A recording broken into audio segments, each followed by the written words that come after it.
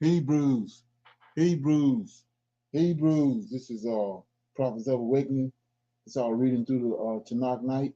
Okay, we'll be reading out of the book of Enoch, chapters 81 and 82, and then we go into the King James and do a comparison and contrast to what's in the book of Enoch and how it correlates with the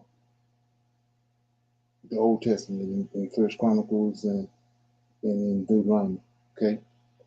Go to our YouTube channel, The Prophets of Awakening. Check out our videos. We have over 1,000 or so videos that you can look at, examine. These will connect dots for you and lead you to the truth of the Holy Scriptures. And if you like what you're hearing and receiving, I'm asking you to like, share, and subscribe to the channel. We'd be greatly appreciated. For those who want to support the channel, our Cash App is running across the bottom of the screen. Okay. Our hours of operation for this channel is Tuesday and Wednesdays from 7 to 9 Central Time p.m. And then we have two Shabbat classes. One in the morning from 10 to 12 a.m. Central Time. Then we have another one. We close out the Shabbat is from 6 to 7 in the evening Central Time. Okay. For those that don't know, this is a non-Messianic channel. We deal with the Tanak and the Torah.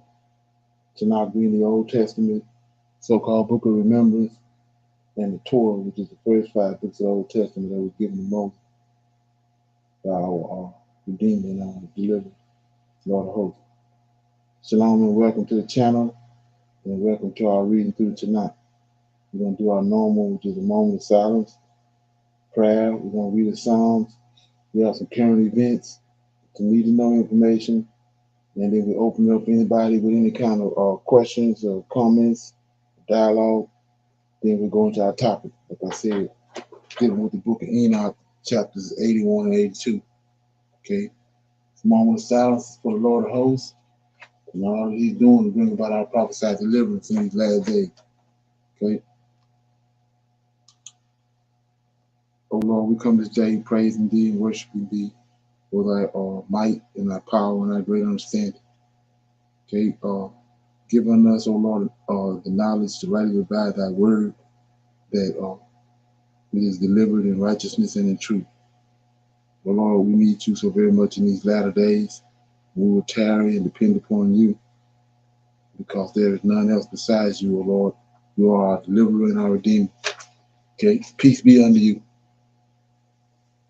So with that being said, I'll read the Psalms. Okay.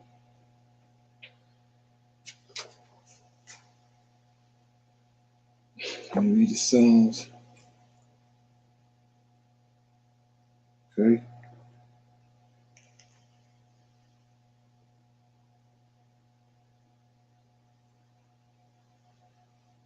Okay, I'll read Psalms 29. It's the voice of the Lord in the storm.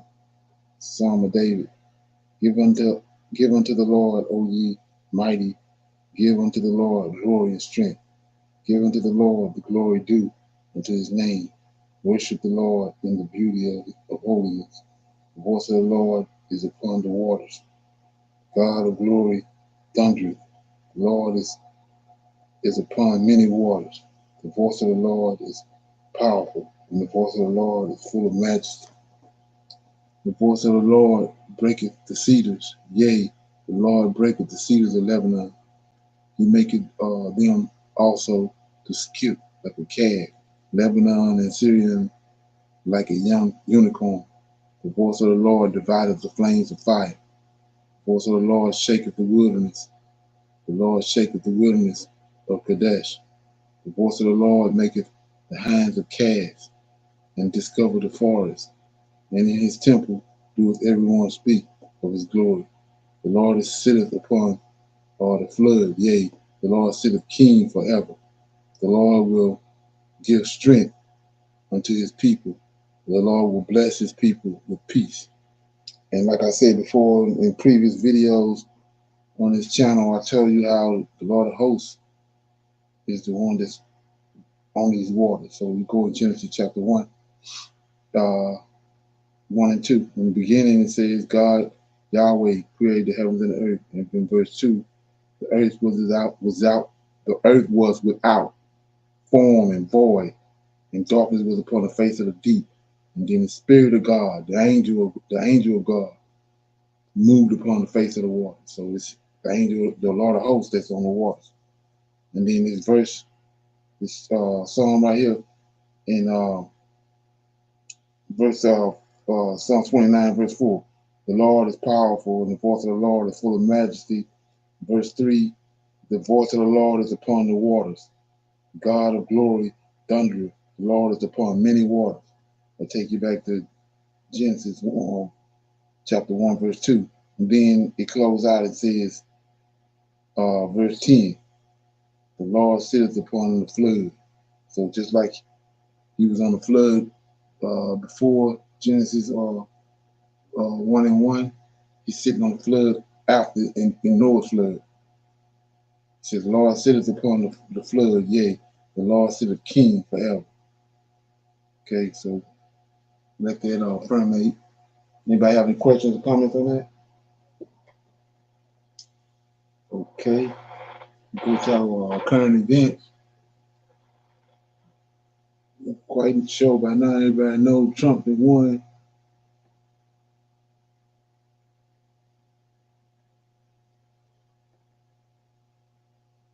President Donald Trump is now President-elect Donald Trump. He will be the 47th President of the United States. Now, there was a very important election that happened just yesterday. And early this morning, we found out that Donald Trump will be the next president, winning against Vice President Kamala Harris. Now, what does this mean? What does this mean for the American people? What does this mean for other countries? Well, we're going to find that out soon enough, as Inauguration Day is on January 20th, 2025. But today, I want to talk about what could be coming. And again, we're going to break all this down in just a moment, but all I ask is one thing. It takes 2 seconds. Go ahead, hit that like button if you enjoy these daily updates. And now, let's begin.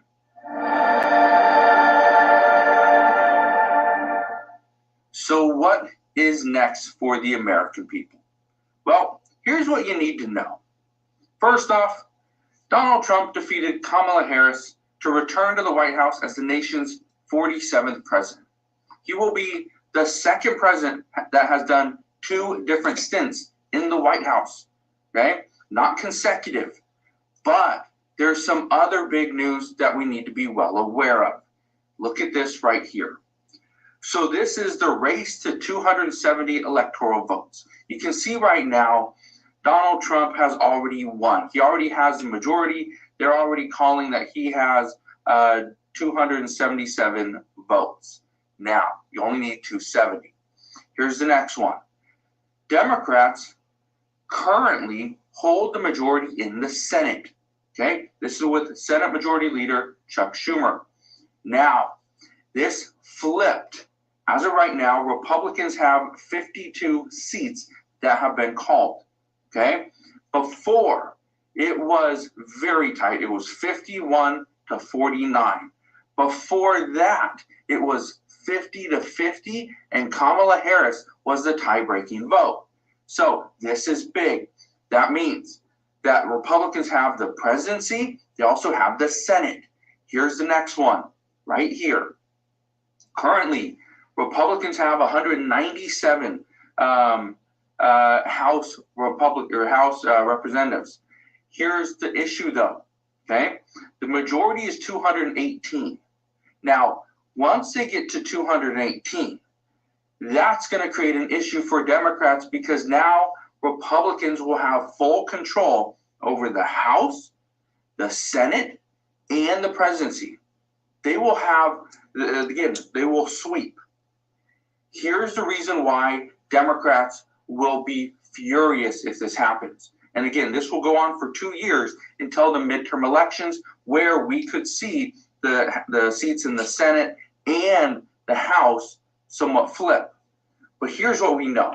Keep this in mind. The Senate, again, and the House, they're the ones that are going to be voting and bringing in new bills. And some of these could be things that our president-elect, Donald Trump, wants. Others, maybe just a new bill that they're deciding on. Remember, this could change Social Security. We could see, and the last time Republicans had the full control over the House, the Senate, and the presidency, they passed the Tax Cut and Jobs Act. Okay? Democrats also had full control. We saw this where Democrats had full control, but they didn't do anything. Exactly. And this was, what was it, the first 2 years of Biden's presidency? They had full control, but they didn't do anything. That was the issue that many lawmakers had, many Democratic lawmakers had, that they had the ability to do something. They could have changed the course of really America, but they didn't do it. Now, some of the things that have already been discussed, and again, I'm bringing these up because these are things that we have been impacted by over the past 4 years, or however many years have been a law. But one is the Inflation Reduction Act. Okay, this was supposed to reduce inflation, and in some ways it has, in other ways it's actually made things more expensive, right? Now, here's one of the things that we are likely going to see. We are likely going to see Trump is going to pull more oil out of the ground. We are going to be more reliant here in the United States. We are going to see businesses really take off. Businesses have been hurting. Okay, if you look around and you see the businesses boarded up, you know, the Wendy's closed. You see the 7-Elevens closed. Walgreens, Rite Aid, CVS closed. You see all these different businesses are closing down. Certain warehouses, distribution centers shutting down. Okay? And we're seeing this because wages continue to go up. The cost of goods continues to go up. But the cost or the sale price of some of the items and services that these businesses are selling, we can't continue to push those higher and higher because the American people don't have money. So right now there's a lot of speculation that, yeah, there's going to be some big changes, but it's going to come down to who wins the House. Look at this. It says the GOP trifecta is on the line with House control in limbo. It says while Donald Trump has won the presidency, it may be days or weeks until he knows if he'll have powerful allies atop the House, due in part to close races in states that take longer to count ballots like California and Arizona. For months, neither party has held a significant edge, and both sides predicted modest gains if they get control of the House. It says results were still too close to call in a slew of battleground House races early Wednesday morning. The Associated Press projected that 2 Republican incumbents in New York would lose re-election, Reps Mark Molinaro and Brandon Williams. Okay, so this is going to be big. Yes, we have, who the next president is going to be. We know who's going to control the Senate, but what we don't know is which party is going to control the House. We do know that there are other things that they're discussing. Potentially, if the Republican Party does get control of the House, they will likely reduce the CHIPS Act. We will likely see more money pulled from the IRS. We're going to see less money going to other countries for the near future. Later on, yes, we may send more money to other countries. And this is probably why many world leaders reached out to Donald Trump and congratulated him on winning the presidential election. Okay. Any comments on that? Anybody got anything? What you think?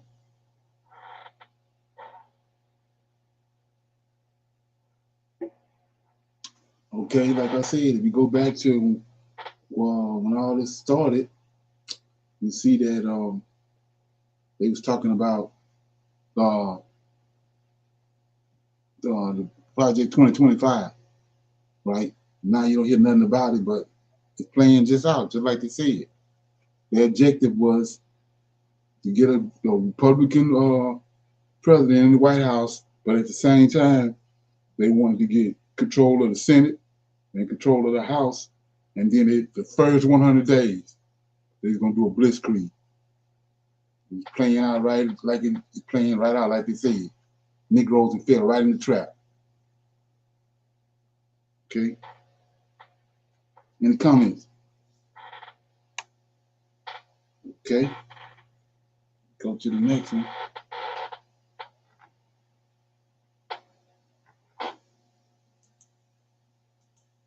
Burkina Faso's military leader, Ibrahim Traoré, dispatched high-ranking military generals to Rwanda, a nation under the rule of another military leader for the past 23 years. Check this out. Despite a prior collective security pact between Niger, Burkina Faso, and Mali, there was widespread anticipation of Rwanda joining the alliance. This expectation stems from the considerable influence of Rwanda's leader, Paul Kagame, who is recognized as one of the most powerful African leaders. The prospect of Kagame aligning with Niger, Burkina Faso, and Mali would create a formidable alliance, instilling fear in Western powers. Despite earlier attempts by the West to dissuade Rwanda from involvement, recent developments indicate a shift in dynamics. Captain Ibrahim Traoré seeks to bring Paul Kagame to the negotiating table, leading to the dispatch of his generals to Rwanda for secretive discussions and agreements that have heightened concerns among Western nations. See this?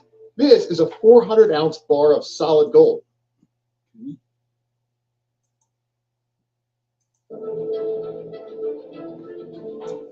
The Chief of General Staff of the Burkina Faso Armed Forces and his delegation conducted an official visit to Rwanda this month.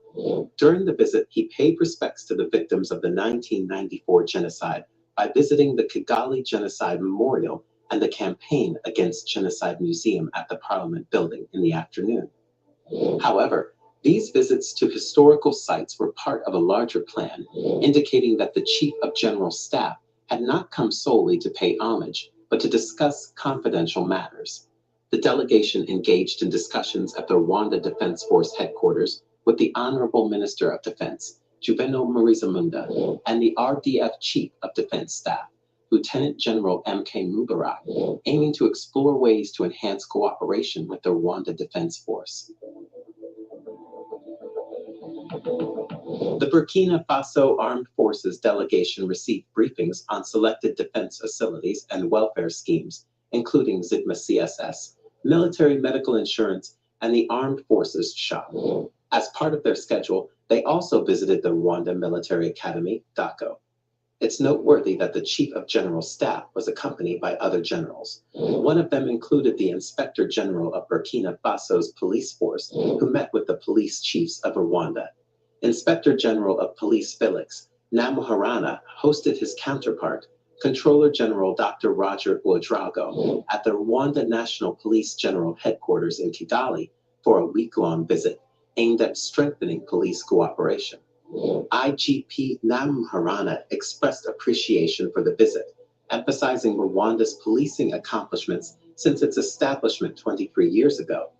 The RNP, Rwanda National Police, has made significant investments in training, acquiring policing equipment, and enhancing operational capabilities to ensure security not only in Rwanda, but also in other countries like the Central African Republic, South Sudan, and Mozambique, where Rwanda has deployed police units.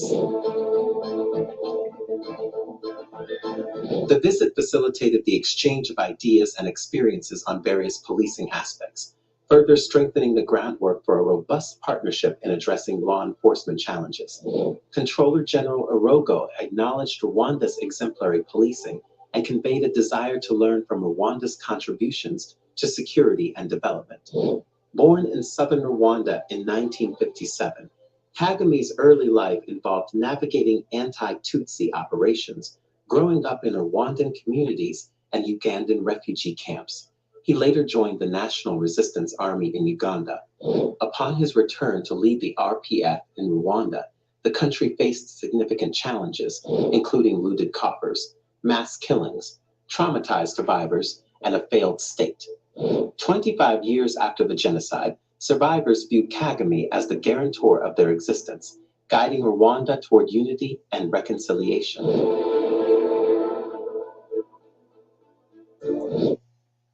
Okay, so now Burkina Faso, Mali, and Niger is trying to pull in Rwanda. So, like I said, now here we go. We got Trump. We know how he feel. Don't think it ain't where he going. He gonna find his way over there. Anybody else crazy enough to do it, but he is. Any comments? Okay. That's some need to know information right here. You're reading the Bible and you come across two very different pictures of God.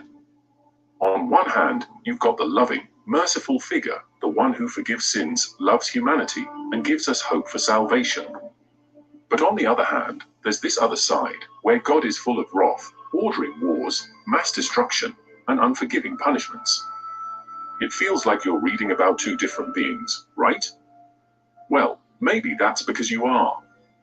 The duality of God in the Bible is one of the most overlooked and controversial topics in history. People have been taught for over 2,000 years that Yahweh, the God of the Old Testament, is the same as the God of love preached by Jesus. But what if that's not the whole truth? What if the God worshipped in ancient Israel wasn't a singular, unified force of good, but two completely different entities merged into one over time? Let's take a closer look at Yahweh. This name is everywhere in the Old Testament. We're talking about a God that wiped out civilizations, sent plagues, commanded executions, and turned entire cities to ashes. This isn't the gentle, forgiving father figure we hear about in Sunday sermons. Yahweh was a God of fear and control, someone ancient civilizations believed you should worship not out of love, but out of sheer terror. You don't follow Yahweh? You face annihilation. And here's where it gets even weirder. The New Testament's God doesn't seem like Yahweh at all. Jesus talks about a God of love, forgiveness, turning the other cheek, an entirely different tone. Early Christians noticed this contradiction too. In fact, some ancient religious sects, like the Gnostics, believed that Yahweh wasn't even the true God at all. They thought he was a lesser, flawed being, a pretender to the throne.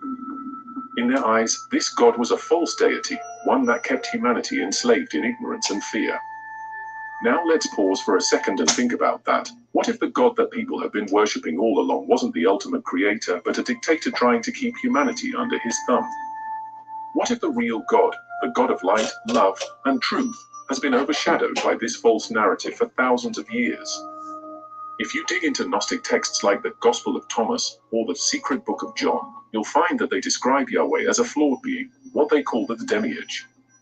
According to them, Yahweh was not the supreme creator, but a lower God who made the material world to trap souls in physical form. Gnostics believed the real God was far beyond Yahweh, hidden and unknowable, and that humanity's mission was to break free from Yahweh's control to discover higher truths. But why doesn't everyone know this? Why aren't we taught this side of the story?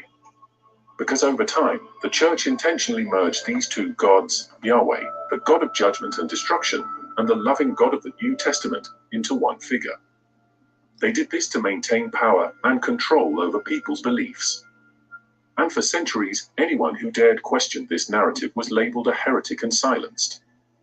So, when you hear Yahweh described as both loving and wrathful, ask yourself, how can the same God who commands love also command genocide? Could it be that we've been fed a simplified story, that the truth about who God is has been deliberately obscured? Okay. On October 19th, 2023, Wells Fargo warned its clients.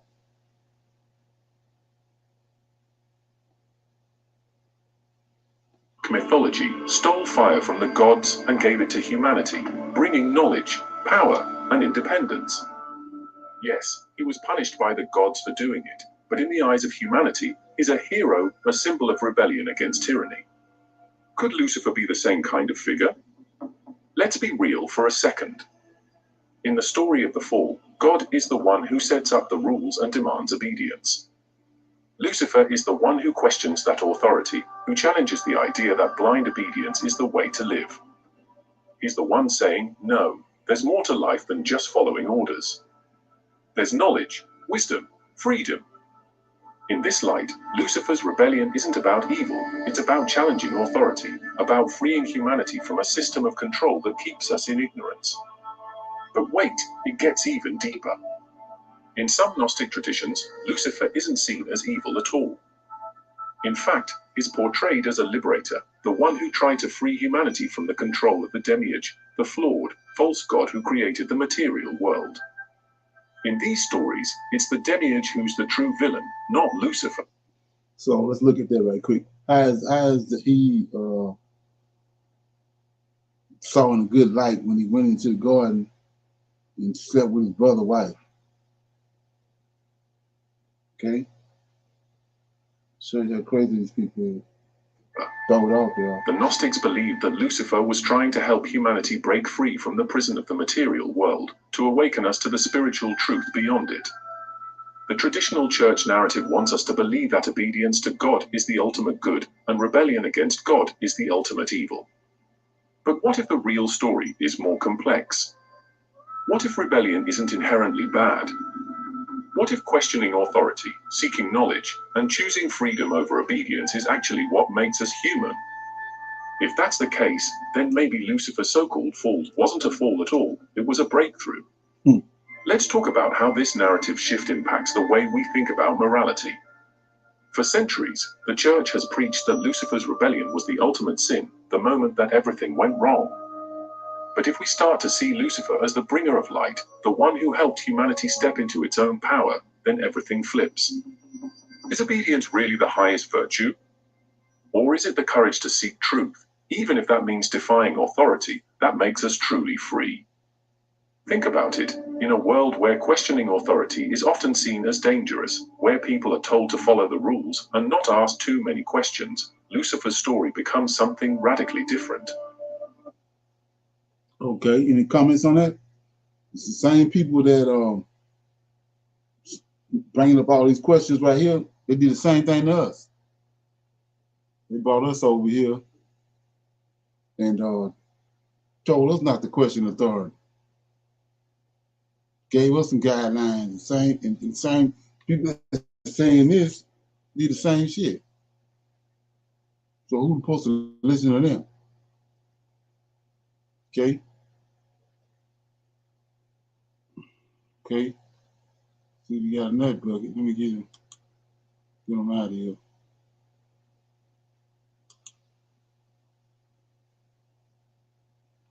Okay. Anybody got any comments on that?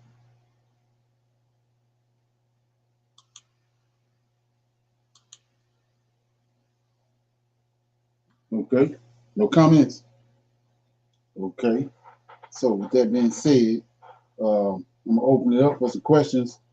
Anybody have any questions or comments or anything they want to talk about? They came across?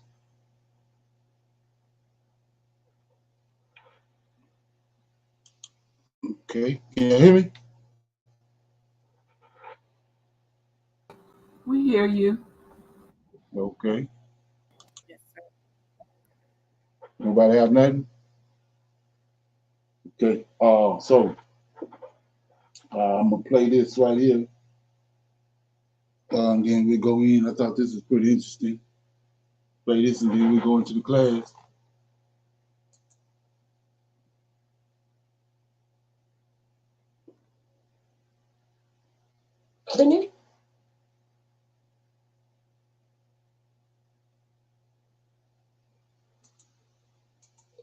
Donald Trump won the 2024 presidential election.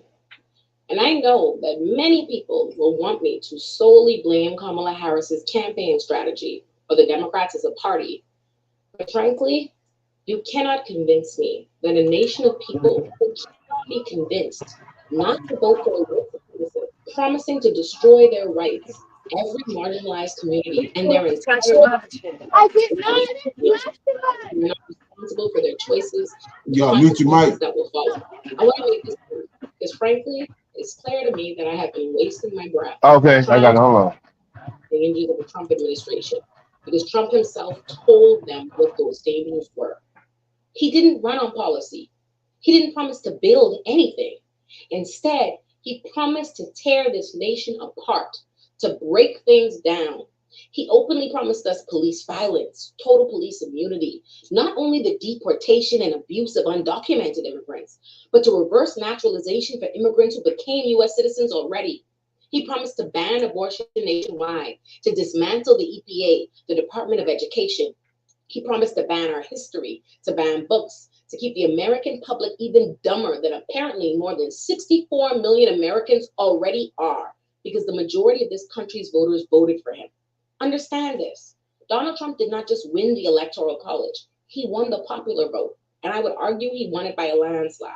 For years, I have listened to Americans insist that Hillary Clinton is to blame for losing the 2016 election to Donald Trump, that she was too unlikable, that she called Trump voters deplorables, that she didn't campaign enough in the swing states. And for years, I have thought how ridiculous a nation must be to insist it made perfect sense to elect a white supremacist, sexist, xenophobic, racist, stupid ass bigot who told us exactly who he was because the woman he ran against wasn't likable enough, that she didn't campaign hard enough. All the while, I have thought that if it's an uphill battle for anyone to beat a white supremacist, they are far more qualified than, for any reason, it is an indictment on the nation. But that's never what I've said, because I have always chosen to try to be mindful about how I discuss U.S. elections, whose results totally upend my life.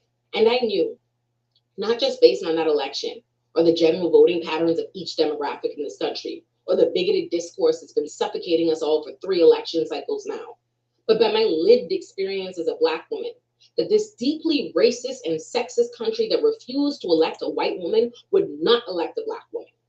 I knew that, and I voiced that the moment Joe Biden dropped out and Kamala Harris became the nominee. But I allowed people to muscle me into believing America isn't who I've always known it to be, and who it continues to show me it is.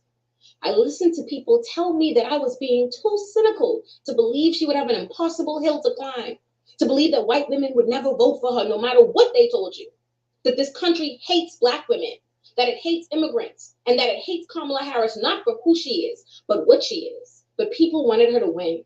We wanted her to win. They wanted to believe she could win. They wanted to feel optimistic, which required them to believe America was not America. So they convinced themselves Kamala Harris could win if she did X, Y, Z, if she ran a particular kind of campaign, if she was more left, if she was less left, if she laughed less, if she talked more, the list goes on. And people were so convinced, I let them sell me a dream I knew was a mirage. I let people muscle me into forgetting the most important truth about racism and misogyny, which is that it doesn't care about truth. It does not care about qualifications. It does not care about fair. The truth is, there is nothing Kamala Harris could have done to win that election. I knew it when she became the nominee, and I'm more sure than ever before. Many leftists want to believe and will continue to argue tooth and nail that she did not win because she wasn't left enough, because she was too centrist, because of her stance on Gaza. But the evidence simply does not reflect this.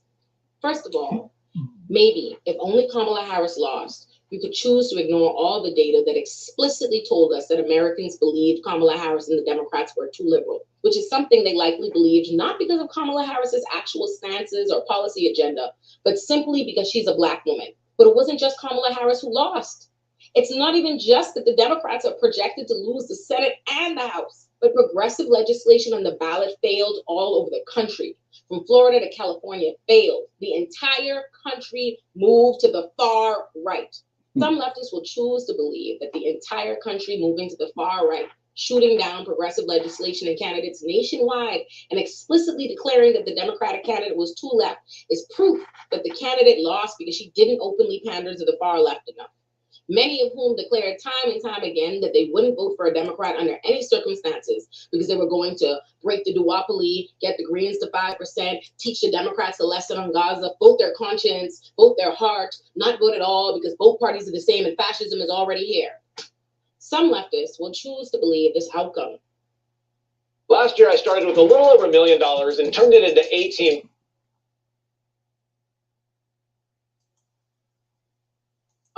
and that this outcome proves that the Democrats would have won had they listened to the furthest left. But the data does not support this. By not electing them, that you are not going to show them shit. You're not holding them accountable. You are strapping the country and the most marginalized people in it to the fucking rails. I am tired trying to explain to people that the world they dream of cannot be accomplished with a single phone call, no matter what people who do nothing but run for president every 4 years tells you. I am tired of trying to explain anything to Americans who so desperately wanted to be able to critique Kamala Harris in a vacuum that an election is about choice. It is about choosing someone in relation to the other candidates. Couldn't possibly make sense to make these indictments of Kamala Harris in a vacuum. Meanwhile, Trump is the alternative. You know what's been on my mind all election season? Repeatedly, I hear Americans complain that every election they say this is the most important election, that democracy is in danger. Every time I hear this complaint, it leaves me at a loss as I just start firing questions at myself. Is something less true because you hear it often? What does it cost you to go vote? Why are people behaving as though by being asked to vote, the bare minimum, they are being asked to build the ark and load the animals by their lonesome by end of business day? Is it absurd that democracy and your personal freedoms would be under threat in a nation where white supremacists never wanted you to have those freedoms in the first place? Is it absurd that you would be told your vote is important and that it's necessary you exercise it in a nation where you had to fight for the right in the first place because the white supremacists in charge didn't want you to have it? I don't even understand the need for this exacerbation and the concept of being told at election time, the time where power is up for grabs, that it will yet again be important to prevent your enemies from gaining power. Someone. Okay. Any comment?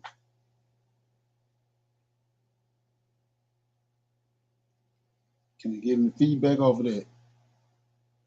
Yeah, so I played that for a reason, because over and over again, we keep getting caught behind the ball, behind the curve, and the reason being is keep trying to get along with these people, not understanding who they're not like us. They ain't had nothing to do with us. They whole another they're evasive species. But these people keep on trying, and then the people that we're looking at that do look like us, they with them. That's why they up there dealing with them, because they won't let go. Creator said separate them. Separate yourself from them. In the garden, he said the man he formed, Adam, he put him in the garden. He separated him. But we keep on trying to get along with them. Keep on listening to the bullshit rhetoric that they talk, and keep on ending up just like we are. A matter of fact, I was sitting there, I got angry really at first, but I snapped back. But all the bullshit that my man, quarterback for the Ravens, Jackson, Lamar Jackson, all the shit he was doing from 8, 9 years old, all the records he was breaking as a quarterback, they steady trying to make him a damn running back or a wide receiver. Don't want him to be a quarterback. He went through all kind of hell. You know what I'm saying? So why is you keep on trying to deal with them and listen to what they got to say, they rhetoric, when you seen for at least 2,500 years the bullshit they done, and they don't have no abilities.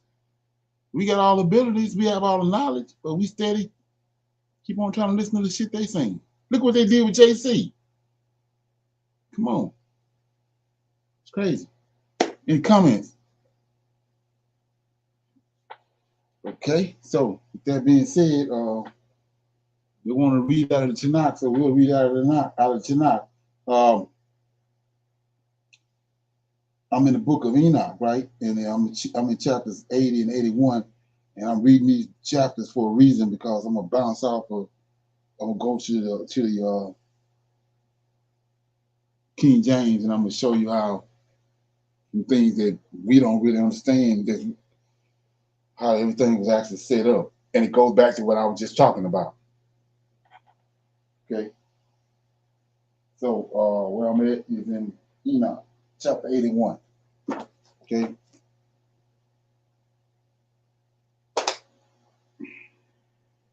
And keep in mind, they told us, like I said before, it's happening right now. They told us don't read Enoch. 99% of the Negroes, they think something wrong with the book of Enoch. They ain't reading it. Okay. So anyway, Enoch chapter 81 says, and let me see, yeah, chapter 81 says, and the angel Uriel said unto me, this Enoch said to Enoch, observe, Enoch, these heavenly tablets, and read what is written thereon, and mark every individual fact. So now I want to show you something right quick before we keep going. So Uriel, one of the holy angels, told Enoch to read these heavenly tablets, right? So I want to show you what these heavenly tablets in the King James. I'm in the book of Daniel. Okay.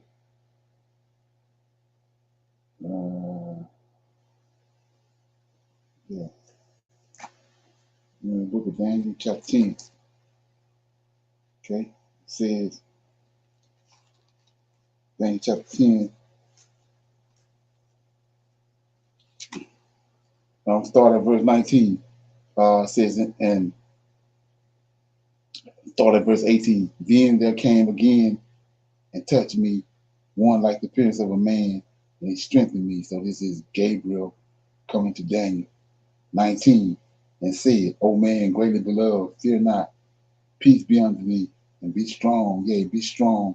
And when he had spoken unto me, I was strengthened, and said, let my Lord speak, for thou hast strengthened me. And then 20, then said he, Gabriel, knowest thou wherefore I came unto thee?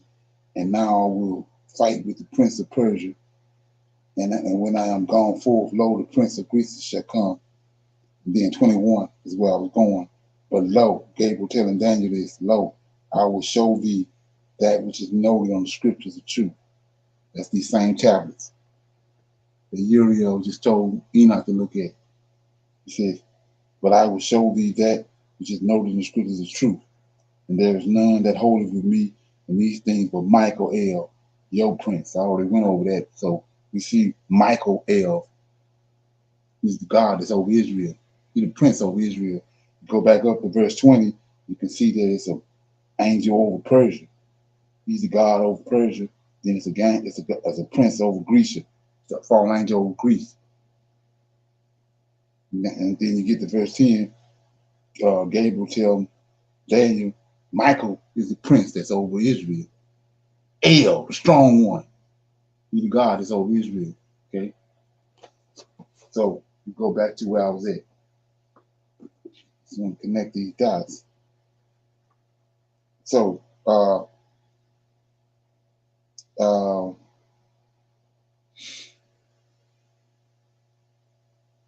okay, verse 2. I observed, it says, he told him, mark every individual fact that's on the tablets, right? Verse 2. I observed the heavenly tablets. This is the book of life that's in heaven, that these angels, Michael and Gabriel, the one looks at. And they come to the earth and kill to the prophets, then the prophets prophesy. Okay? So it says, I observed the heavenly tablets, and I read everything which was written thereon, and understood everything. And I read the books of all the deeds of mankind, and all the children of flesh that shall be upon the earth, to the utmost, to the remotest generation. So he's looking at all the stuff going to happen, even in our time. Okay, so what you need JC for? Anyway, 3, and forthwith I bless the great Lord, the King of glory forever. And in that he made all the works of the world. And I extol the Lord because of his patience, and blessed him because of the children of men. And after that I said, blessed is the man who dies in righteousness and goodness, concerning whom there is no book of unrighteousness. See that? No book of unrighteousness written, and against whom no day, excuse me. And okay, let me see what I'm at. Okay. Book of righteousness and written, and against whom no day of judgment shall be found. And those 7 holy ones, check it out. This is a reason I'm reading out of this. One of the reasons I'm reading is because the other day we was talking about in JC when he ascended into heaven, and all the apostles were standing there and they watched him go up. And then he said he ascended out. 2 angels were waiting on him in midair, and then he ascended out and went into the cloud. The cloud that's in Ezekiel chapter 1, right? Keep that in mind. So it says 6, and these 7 holy angels brought me, this Enoch, these 7 holy angels brought me, placed me on the earth, right, before the door of my house. And they said to me, declare everything to thy son Methuselah, and show to all thy children that no flesh is righteous. No flesh is righteous in the sight of the Lord. But JC's is, right? The flesh of the Lord. And he said, he is their creator. 1 year we will leave thee with thy son until thou givest thy last commands, that thou mayest teach thy children and record it for them and testify to all thy children. And in the second year, they shall take thee from their midst, and let thy heart be strong, for the good shall announce righteousness to the good. So right here, you see right here, these 7 angels brought him to the door. He went up to heaven, looking on these same books that we looking at in Daniel. After he saw all this, they showed him what was going on, showed him the law and all that. They brought him back to the door of his house. Then they said, in a year's time, we're going to come back. So guess what? He ascended back up. That's where they get that from with JC. I read that the other day. They followed him. They was following him. Enoch told him, I got to go. It started right here. They said they're going to come back in verse 7. 1 year we will leave thee with thy son until thou giveth thy last commands, that thou mayest teach thy children and record it for them, and testify to all thy children. And in the second year they shall take thee from their midst. So this is where JC come from. That's what he doing. He teaching. But it came from here. That's why this book banned. So you won't connect the dots. So anyway, he said, let thy heart be strong, for good shall announce righteousness to good. And verse 9, the righteous with the righteous shall rejoice and shall offer congratulations to one another. But the sinners shall die with the sinners, and the apostate go down with the apostate. And those so go down where? To the pit, right? Because they're apostate. So like I said, this man right here that we constantly trying to be like is a evasive species. When we steady trying to compare ourselves with him and get along with him, and listen to the bullshit and rhetoric that they talk. Okay? So 11, and those who practice righteousness shall die on account of the deeds of men, and be taken away on account of the deeds of the godless. Godless. See that? And in those days, they ceased to speak to me, and I came to my people, blessing the Lord of the world. So they brought him back. He saw everything in heaven. They brought him back to his house. Left him there for a year. After a year, they came back and got him, and they saw him, seeing him up in heaven. That's where they get it from with JC. He ascended into heaven, but it came from what happened with Enoch, right? So I'm in chapter. Anybody got any questions? That was I had to read 81 in order to set up for 82. Anybody have any questions, comments about what I've just read? Okay, I'm in chapter 82. Now, my son Methuselah, all these things that I am recounting to thee and writing down for thee, I have revealed to thee everything, and given the books concerning all these. So right here, this verse right here, right? Where the writings at? Where they at? They tell us not to read them. They tell them they're abomination. They ain't good. You don't need to read them. So it says, and now, my son Methuselah, all these things I am recounting to thee and writing down for thee, and I have revealed to thee everything, and give me the books concerning all these. These are the very books they tell us not to read. Okay? So, preserve my son, look at this, Preserve my son through the books from thy father's hand. It came from Enoch. Enoch a villain in this world, right? Say, and see that thou deliver them to the generations of the world. I have given wisdom to thee and unto thy children, and thy children thou shalt be to thee, that they may give it to their children for generations. This wisdom, namely, that passes their thoughts, and those who understand it shall not sleep, but shall listen with the ear, that they may learn this wisdom, and it shall please those that eat thereof better than good food. Blessed are all the righteous, blessed are all those who walk in the way of righteousness, and sin not as sinners, in the reckoning of all their days in which the sun traverses the heavens, entering into and departing from the portals for 30 days, with the heads of thousands of the order of stars, together with the four which are intercalated, which divide the four portions of the year, which lead them and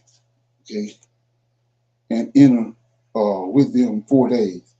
Owing them men shall be at fault, and not reckon them in the whole reckoning of the year.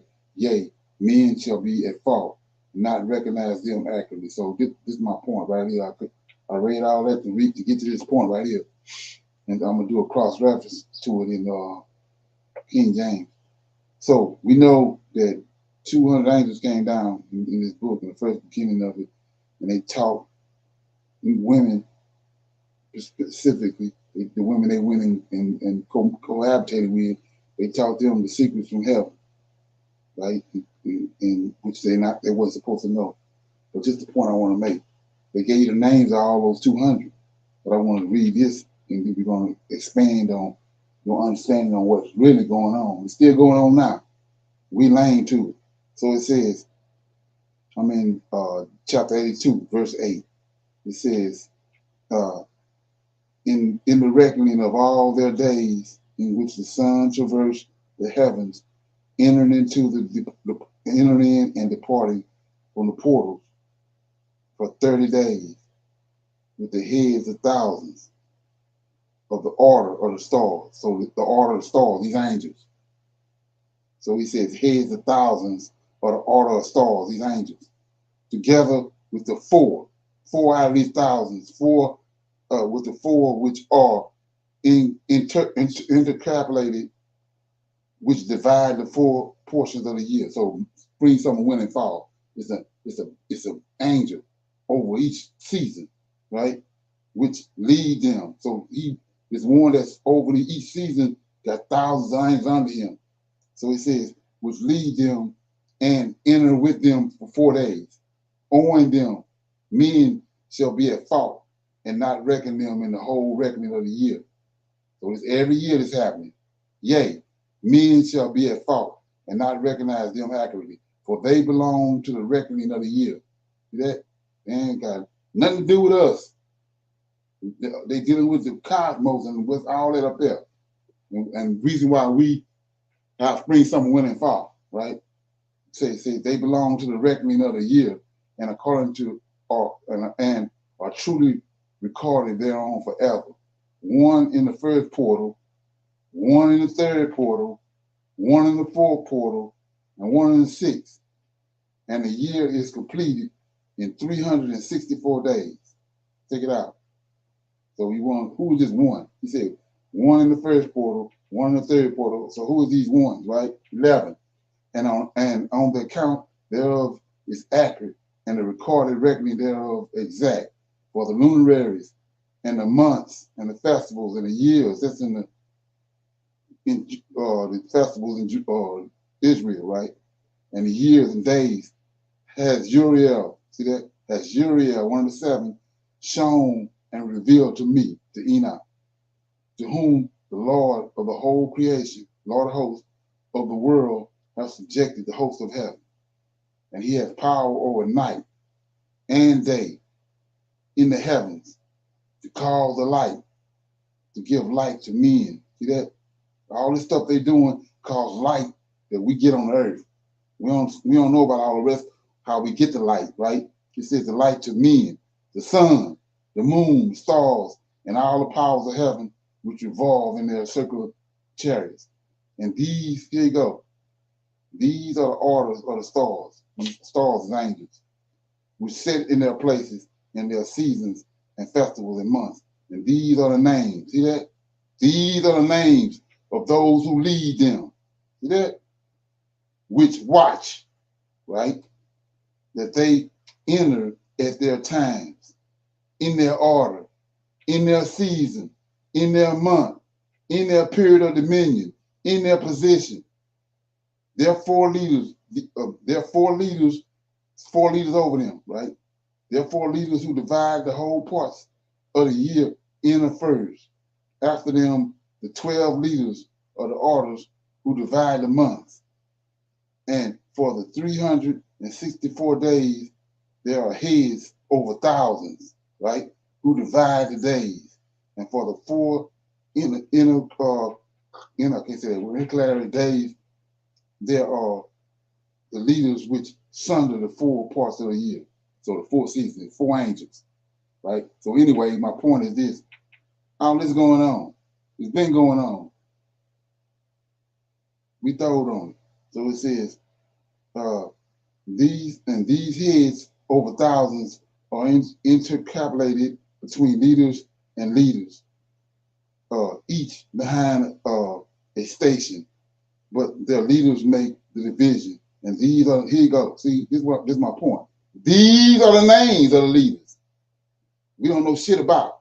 These are the names of the leaders who divide the four parts of the year, which are ordained. Michael, he tell you their names. I can't say the name. Hemichael, Morkiel, and Noriel. And the names of those who lead them. See that? So go back to the 200 that came down.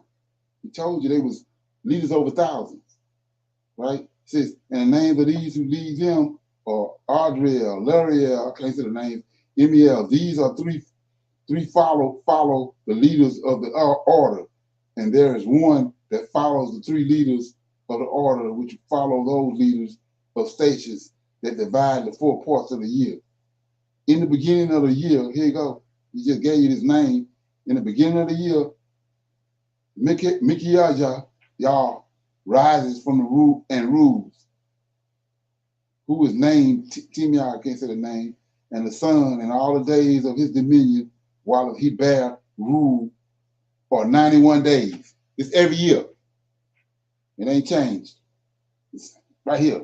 This angel here. First 91 days of the year, he the one ruling. But check out what he's doing. Right? It says, Michael rises in first and rules, whose name is Timiel, and all the days of his dominion, while he bears rule are 91 days. These are the signs. Here you go. Here go the signs. We see them every day. When we throw, it says, these are the signs of the days which are to be seen on the earth in the days of his dominion. Sweat, heat, calm. All the trees bear fruit, and the leaves are produced on all the trees, and the harvest of the wheat, and the rose flowers, and all flowers which come forth in the field. But the trees of the winter season come with it. So every year, he come on for 91 days. Right, see that? And these are the names of the leaders which are under him. Give you their names, Barakel, Zeliel, and another who is added at the head of 1,000. Give his name, I can't pronounce his name. And the day of dominion is the leaders at an end. And the next leader, after the first 91 days, the next 91 days, the next leader after him is give his name. Hemichael, whatever, whom or one name the shining sun, and all the days of his light are 91 days. These are the signs of his days on the earth. Glowing heat. So this is a sign that he's ruling. Glowing heat. Dryness. The trees ripen their fruit and produce all their fruit ripe and ready. And he and the sheep pair and become pregnant, and all the fruits of the earth are gathered in, and everything that is in the fields and the wine press. These things take place in the days of his dominion. These are the names of the orders and of the leaders of those who heads of thousands. Gideal, Kill, give you their names. Hell, they ain't going nowhere. They're eternal beings, right? They're still doing the same thing. When we live down there, look to these nut buckets, right? Gideal, Kill, Hill, and the names of the heads of the thousands, which is added to them. Then Azrael and the days of his dominion are at an end. So this is going on all year, every year. Same angels. They're doing the same thing. These are the ones that didn't leave their state and came to the earth. They're still doing the same thing. So this is what it means by Lord of hosts. Mike over all these angels. He's the Lord of all operations going on in heaven, he over. So you say, what are you talking about? Well, let me show you the same thing that's going on earth. Okay. So I'm in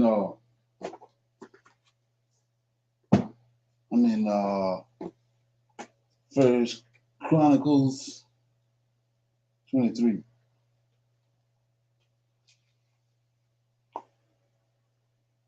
Get it? First Chronicles 23. So this is why the Lord of hosts in his great wisdom separated the Levites for this very reason right here. I'm in 23, starting at verse 24. It's the new office of the Levites. These are the sons of the Levites after their house, after their fathers, even the chief of the fathers, as they were counted by the number of names, by their polls. They did the work for the service of the house of the Lord, right? From the age of 20 years old and upward. For David said, the Lord God of Israel have given rest unto his people that they may dwell in Jerusalem for ever. And also unto the Levites, they shall no more carry the tabernacle, nor any vessel of it for the service thereof. For by the last days of David, the Levites were numbered more than 20 years old and above, because of their office was to wait on the sons of Aaron. Check it out. Wait on the sons of Aaron for the service of the house of the Lord, in the courts, and in the chambers, and in the purifying of the holy things, and in the works of the service of the house of the Lord, both for the showbread and for the fine flour, for the meat offering, and for the unleavened cakes, and for that which is baked in the pans, and for that which is fried, and for all manner of measures and size, and to stand every morning. Look at this. Stand every morning to thank and praise the Lord. And likewise at evening. In the morning, just like they're doing in heaven, I just read, to stand every morning to thank and praise the Lord, and likewise in the evening. This is the morning sacrifice and the morning oblations and the evening oblation. The Antioch Epiphany stop. Because they're telling you the Antichrist is going to come and stop. But it ain't no temple.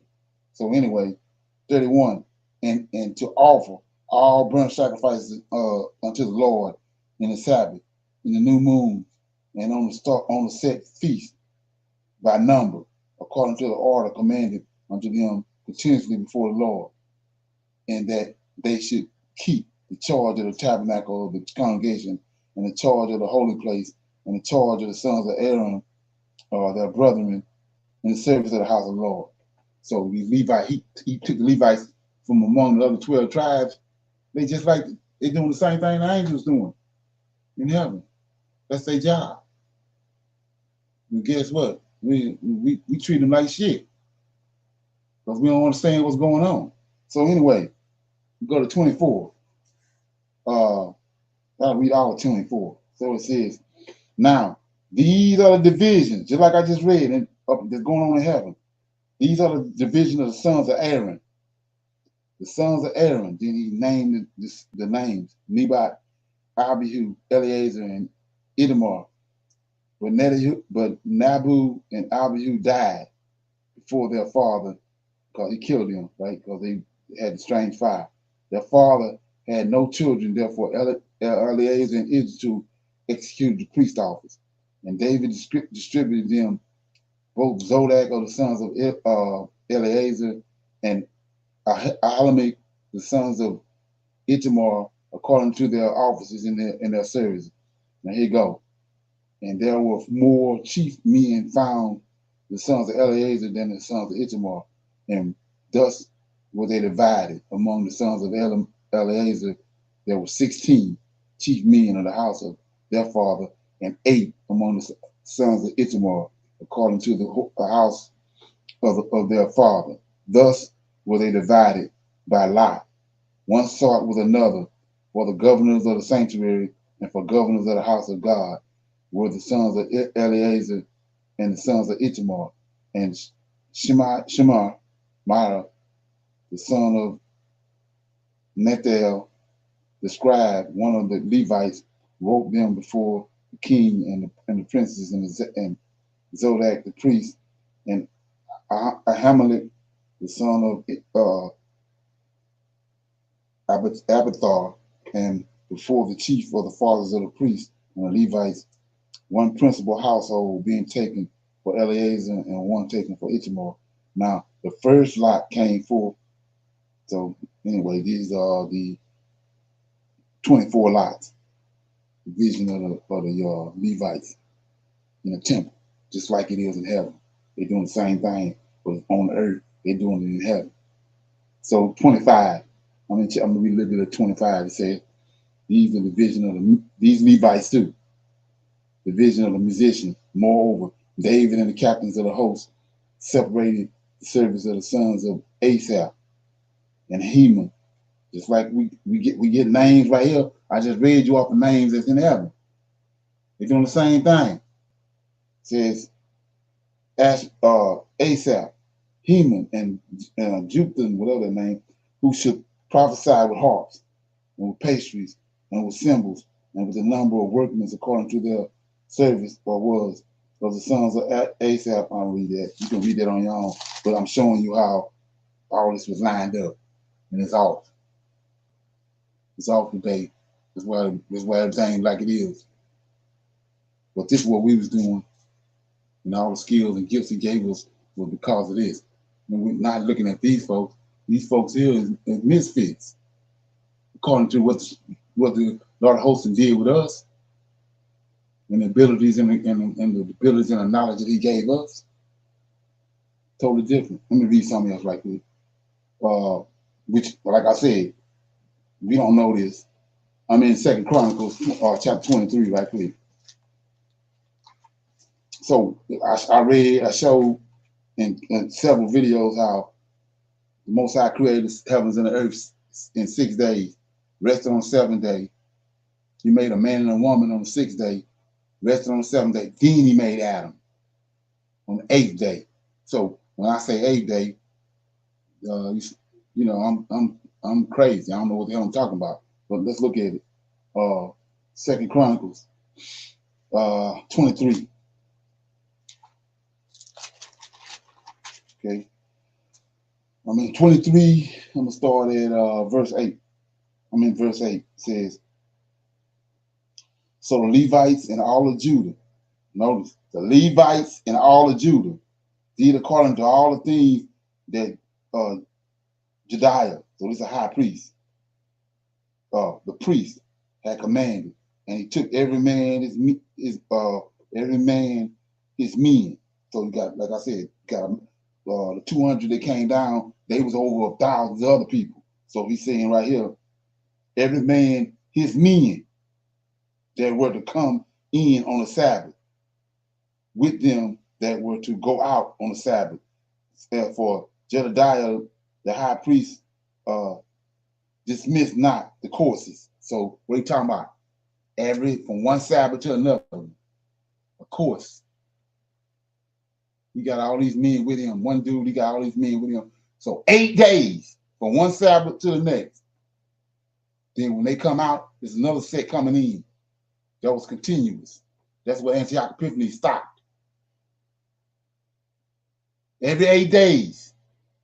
8 days. Okay? So look at Deuteronomy 18.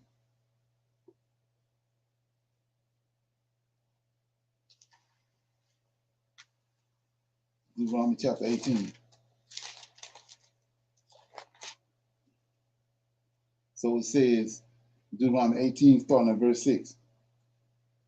And if a Levite came from any of the gates, so that's what they're doing. These 8, they come in the old course. They at the gates, they got porters at the gate, musicians, all these, they running there for 8 days, right?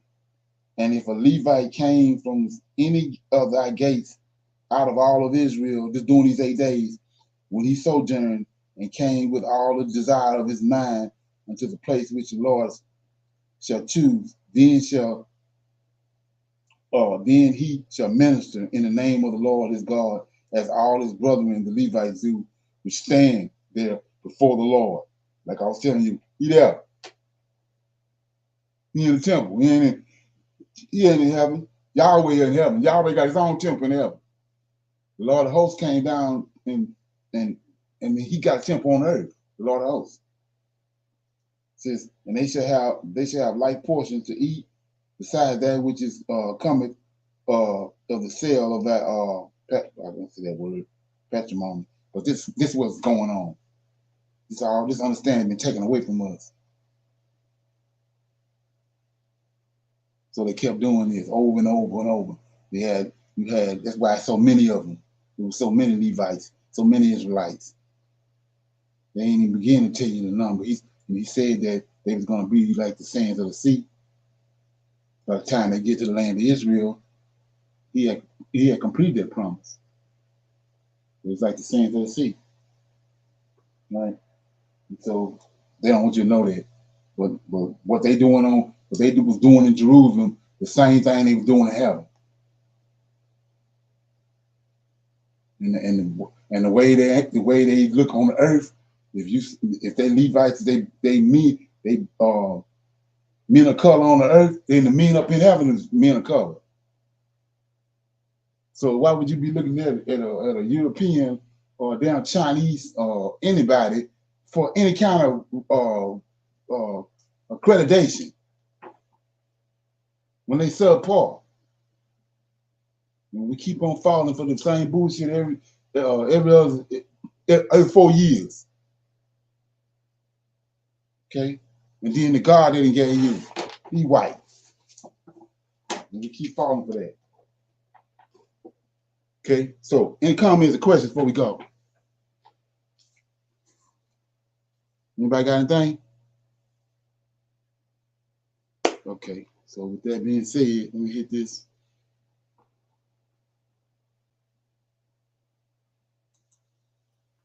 Hey, Turk. Yeah. Yeah, I just want to say something real quick. It ain't really I was I detail for like I do detailing, I do the detail shit, and I have clients, these clients are like, high end vehicles, they got a little money. So the other day I was out to this was when was it? Yesterday, I believe. And I was out there, and the woman come out, because actually what I'm doing is I had a dude I was detailing for a while back. He's a Romanian. He went back to Europe, and he's giving me. I'm actually buying part of his business from him. So I'm having some of his clients. So I go out there, and it's a client normal, like some of our normal clients, $2-3 million homes, nice vehicle. So I'm out there. This is my first time being around them or being out there detailing for them. I go out there, and the woman comes out, and she's like, "Hey, did you vote today?" And I guess it was the morning for the vote or whatever. And I was like, "Nah, I haven't voted. I don't vote." Right. She was like, "You don't vote? Why not?" Okay. If you don't vote, who would have voted for? I said, I wouldn't have voted for either one of them, because in my eyes, both of them are the same. I said, But I mean, if you really want me to tell you, I'm gonna tell you like this. And I was kind of trying to hold my tongue, but it just had to come out because I was like, I need this client. But I was like, because you know, they play with me too much, man. So I was like, I'm gonna go ahead and I said, for one, my people, we haven't had a president for my people ever. I said, Right. so it's not. It means nothing for us to vote. I don't care what color they are.